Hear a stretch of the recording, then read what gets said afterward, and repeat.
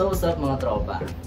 Ngayong gabi, pag-uusapan natin ang tungkol sa mga karapatan ng kababaihan. At ngayon dito ako naupo at kasama natin dito si James Repalda. Magandang Dito gabi. si Kuya Ray. And friends, Robles. Let's go. So ngayon pre, alam nyo na ba yung pag-uusapan natin dito sa podcast natin? Kaya di ba mga parang, dito tayo ngayon para pag-usapan natin yung tungkol sa mga karapatan ng kababaihan. As na lalaki tayo.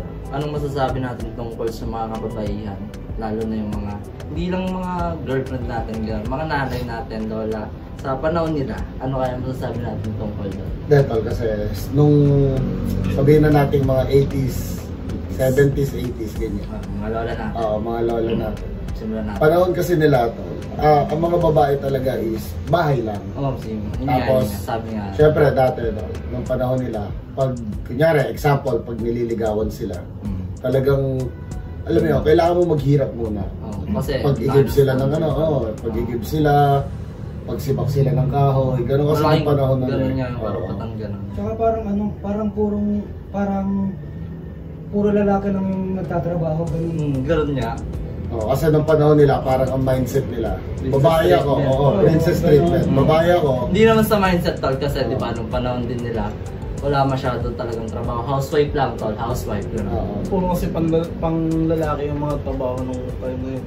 Kaya tsaka rin kaya humaba yun siguro kasi yun yung nakasanayan. Hindi, yung sa era din kasi nila, hindi sa puro panlalaki yung trabaho. Kumbaga yung standard ng mga company, ganito, ganyan, mga trabaho, panay lalaki talaga kasi more on strength boy. Hinahanap nila yun, hindi lang kasi sa babae, wala naman masyadong ganun, di ba? Tama. Kasi tol, isipin mo, kung ikukumpara na natin siya ngayon, madali na lang, tulad example, sa factory. Pwede na babae sa factory kasi may mga katulong na technology eh. Madami ng karapatan ngayon, tol. Hindi, kasi naman sa bawat era naman, paiba-iba naman talaga yung karapatan nila, tol. Hindi lang sa trabaho, tol. At saka yung mga pamumuhay nila, dapat may karapatan talaga sila. Dapat fair tayo dito. Diba? Sa tingin nyo, nung nakaraan, before, may paglalaban kaya nila yung karapatan nila na gano'n? Hindi naman, sa tingin ko pre, hindi gaanong mananalo sila dun sa paglalaban nila yun pre. Kasi iba pa rin talaga tingin ng tao sa mga lalaki tol. Ngayon, sabihin na natin ngayon, mga babae, sinasabi nila lagi silang tama. Nung panahon dati. Oo, siyempre mga magulang nila is strict na eh. Strict pa nila eh. Pero, linawin lang natin din sa audience na ang pinag-uusapan natin is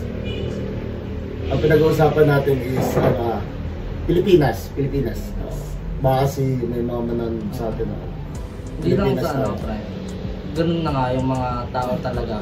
Kumbaga masyado nilang inaano yung mga babae. Ang baba ng tingin nila ganun. Hindi naman pwedeng magstay tayo sa ganun, di ba? Dapat may karapatan din. Tao din yan eh. Hindi porket babae, wala nang karapatan. Hindi, tsaka may talaga.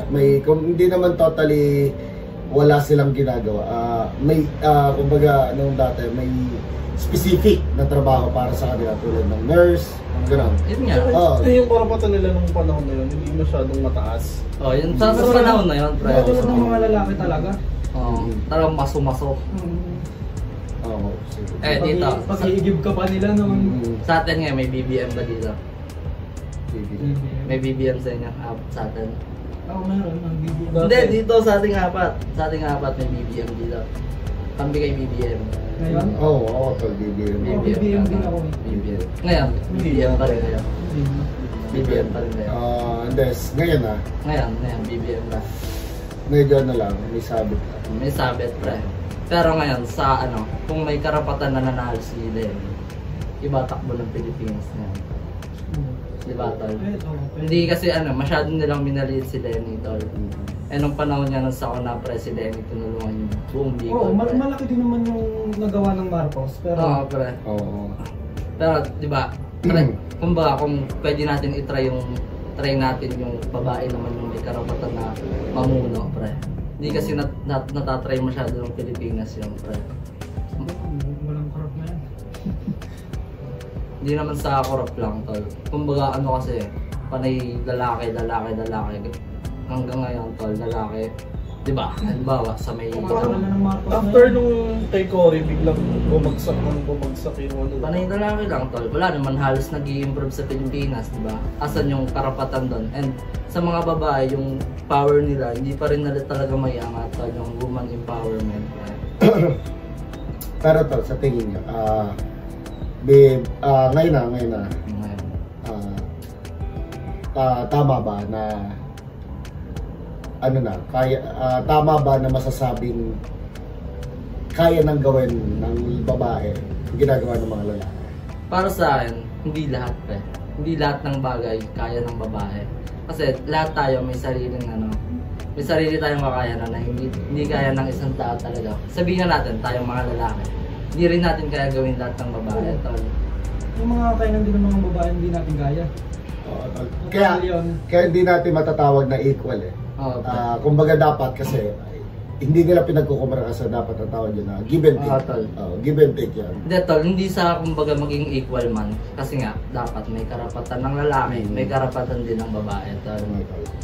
Kaso dito tol, pag-aano natin yung karapatan ng babae. Tol. Tama tol. Pero ikaw, ano masasabi mo? Sa karapatan ng babae, siguro dun meron pa rin ma-apply na pros and cons. May pros and cons sa lahat. Kasi na syempre, hindi naman laging babae, di ba? Hindi laging babae yung tama. Pero, ano naman, depende rin sa sitwasyon kasi yung karapatan o kakayahan nila. Sa lahat ng mga sinang tao, may karapatan talaga yan. Kumbaga, yung sa babae talaga, yung inaano natin dito sa topic natin. Kumbaga late nakita yung kakayanan. Late nakita yung kakayanan ng babae, tol. Ngayon nakikita naman siya, pero hindi pa rin kasing lakas nung sa lalaki, tol. Mas pa rin talaga yung mga ng lalaki.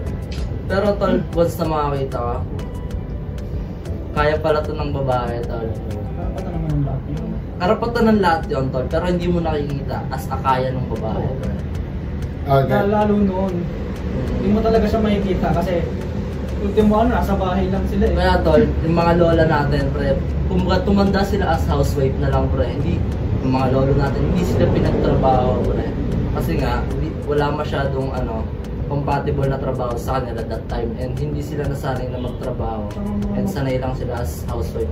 Tsaka noon din kasi, pag nakita nagtrabaho ang babae, ang feedback noon, sa lalaki. Pinapabayaan. Dapat ikaw yung nagtatrabaho, binubuhay mo lang yung asawa mo. Siguro sa akin, hindi niyo nakikita kung parang isang Consyon, bakit? Yun yung nakikita kong kasi di ba hindi masyadong pinagtatrabaho yung babae. Hindi nila ma-develop yung kakayahan nila. Kaya ngayon dapat maging fair talaga tayo, pre. Kung kayo mga babae, kung kaya nyo, i-pursue nyo, pre. Hindi yung kung kaya nyo, meron naman kayong lalaki na nandyan, hindi nyo nagagawin. Kung kaya nyo, dapat be independent. Ganon. May karapatan kayo, hindi namin kayo pinipigilan, ganon. Gawin nyo kung anong gusto nyo, pre. So yun, pag-usapan naman natin is yung mga single mom. Ayun. Isang sample yung pre. May karapatan sila, tol. Kumbaga, being single is karapatan nila mabuhay mag-isa and kakayanin nila yun. Lalo na talo yung mga example natin is yung mga single mom na nag-OFW. Pre, tulad ni Mami, pre, binubuhay niya halos mo. Simula pagkabata, tol, si Mami na talaga tuminig para sa akin. Kaya, hindi nila masasabing hindi lahat ng babae is walang kwenta. Isa walang kwenta, naaasa, gano'n. Kasi ang dami rin talaga mga magulang ngayon na single mom na nagiging daddy, nagiging tatay sa magulang. Naging talaga sila, nanay at tatay sila dun sa anak nila, tol. And kaya nilang panindigan yun, tol. Tawag ng mga kababaihan, anong magiging tingin nyo? Pantay o hindi? Sahod ng OBM, tol. Wala silang sahod. Kasi nasa bahay lang. Noon. Hindi yung sa mga trabahador na babae. Ngayon? Noon. Maliit. Kung meron. Kung meron. Hindi naman kasi wala tayo sa face na yung minimum wage, depende sa oras. Hindi pa uso nun eh. Hindi pa uso rin yung ganun eh. Kasi diba, unang-unang panahon, yung mga kababaihan yung parang slave ng ano eh. Sa bahay lang talaga tol, hindi tol, ano, dito, usapang karapatan talaga tungkol doon sa pagtatrabaho ng mga kababaihan. Usapang karapatan sa pagkuha ng mga gusto nila.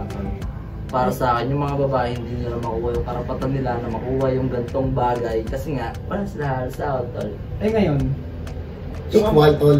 Tsaka may humaharap hindi, sa sa tingin kanila, nyo, papantay ba sa sahod ng mga lalaki nyo? Hindi, sa ngayon, So oo. ngayon tol, Oo, kaya. kung magsusumikap ka, kasi may karapatan ka na eh. Hindi, tsaka Gagamitin mo ano, yung tol? karapatan mo tol. Hindi, tol. Ngayon kasi, ang dami ng ang dami ng opportunity para sa kababaihan ngayon. Ang dami na. Pero dito, wag nyo ilalagay yung mga opportunity na illegal dahil babae kayo, gano'n. Kaya nyo din yun. Kaya nyo, pero wag tol. Lalo na tulad, example na lang tol. Sa medical field, ang dami ngayon mga doktor, lalo Bakit na talaga nurses. Oo. priority nila gano'n? Kasi may tinatawag din kasi naman instinct, girl instinct. Tol, iba rin kasi Iba instinct ng mga babae. Parang lalo na yung mga nanay na meron silang Experience instinct na din. pag-aalaga talaga. Oo, tol. Oo. May ano nila yun na hindi na may sasalin nila. instinct talaga pre, experience. Experience, Experience. tama. Tapos tol, dagdag ko lang sa sinabi kanina ni Renz pre, kung may karapatan gano'n sa pagtatrabaho dati tol. Hindi talaga nila makuha yung mga gusto nila tol kasi nga, di ba? Housewife lang sila. Tapos ito, lalaki lang yung tatrabaho. Yung lalaki, siya yung nakita tol, siya yung may hawak ng pera tol. Tsaka ano, Kumbaga tol, yung sahod niya, Bibigyan lang ng budget. susustento niya lang doon sa babae, pero walang karapatan yung babae na bilhin yung mga wants niya, hindi lang yung mga needs niya. Pre, tayong mga lalaki no, nabibili siguro nila yung mga needs nila, wants nila. May inom. Ganon. May mga luho pre, sa babae. Kung ba, nasa bahay ka lang, sustento kita, pakain kita, ganun lang. Ngayon, Tsaka, may karapatan na umahad lang din doon kasi yung pre, yung mga paniniwala nga na pag babae, di ba? Oo, babae. Wala kang luho dapat eh. Sa bahay Kasi ka lang, ganun. kung may luho ka man, lalaki na yung bahala. Ganon, di ba? Lalo kapag may pamilya na. Kada, depende rin sa mindset ng magiging asawa mo noon. Kung yung mindset ng asawa mo noon is mabait na, alam mo yun, aalagaan ka talaga. Pero dati kasi tol, parang dati ang mindset kasi dati, mag-aasawa ako para may tagalaba ako, may tagaluto. Oo, tol. Ganun ang mindset dati. Oo, dati. Pero ngayon, tol, nakikita naman natin yung mga babae natin dito sa era, sa face natin, sa era natin, mga Gen Z ba tayo? Gen Z. Ayun, yung mga karapatan naman nila, nakikita natin, bata pa lang, kita natin, school na yun ng magulang. Tapos, pagkadating nila ng teens, pre, nakikita mo yan, ganun. May karapatan sila, tol. Lalo na yung mga magulang ng early 20s. Oo, tol. Mga sumusugal, yung mga kababaihan na magalang, mga nanay. Nasugal silang mag-ibang bansa o tol. Para lang. Nakikipagsabayan talaga sila, tol. Ayun naman pre, kasi nga, kita na nila yung karapatan nila, tol. Ayun na yung karapatan nila, opportunity nila, bang. Kasama na, tol. Meron yung nanay ngayon, nagpapaaral ng 5 anak. Hindi lang 5 anak, tol. Yung mga nanay na nandyan, kahit mga kapatid nila, pinag-aaral nila, tol. Pero kasi, tol, yung mga kung ano-anong mga trabaho pinapasok nila, gano'n, para mapag-aaral din yung mga anak nila. ang bad side naman kasi dyan, tol. Yung iba kasi, ito iba lang yung iba. Ang bad side naman dyan is, nakikita naman nila na kaya pala ng babae. Kahit iwan ko to, kaya niya to. Kaya doon nagkakaroon ng single parent. Yun nga, yun yung mali din sa mga lalaki. Oo, sa mali ng lalaki. Ayun yung gawing tama ng lalaki. Yung baga kasi, kung nakita mong kaya na ito, iiwan mo na. Mali yung pre. Dapat, pag nakita mong kaya ng asawa ko, katuwang ko to. Kaya ng asawa ko, kaya ko din. Tutulungan ko lang siya, pre. Manood natin silang idog, gano'n. Mas maganda yung future. Pre. Kasi nga 'di ba dati parang pag dito sa lalaki lang, kumbaga sa lahat. Pag sinabing ay babae ang mahina yan. Ngayon kasi hindi na eh. Kaya na makipagsabayan talaga ng babae. At talagang sasagutin ka ng mga yan, pre, kaya ko to, kaya ko yan. Doon mo makikita yung karapatan nila ngayon eh. Na naangat na. Nasa lalaki lang yan, boy. Ayan kami. Proud kami sa inyo mga kababaihan. Tama. Pagpatuloy nyo lang yan. I love you, ma'am. Yes. Bye guys. Peace out. Maraming salamat sa pakikinig. Thank you po. Ma.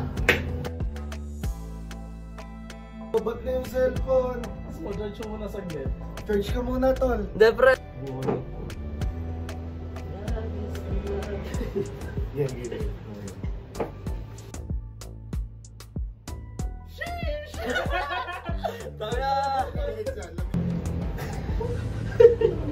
Tinawagan.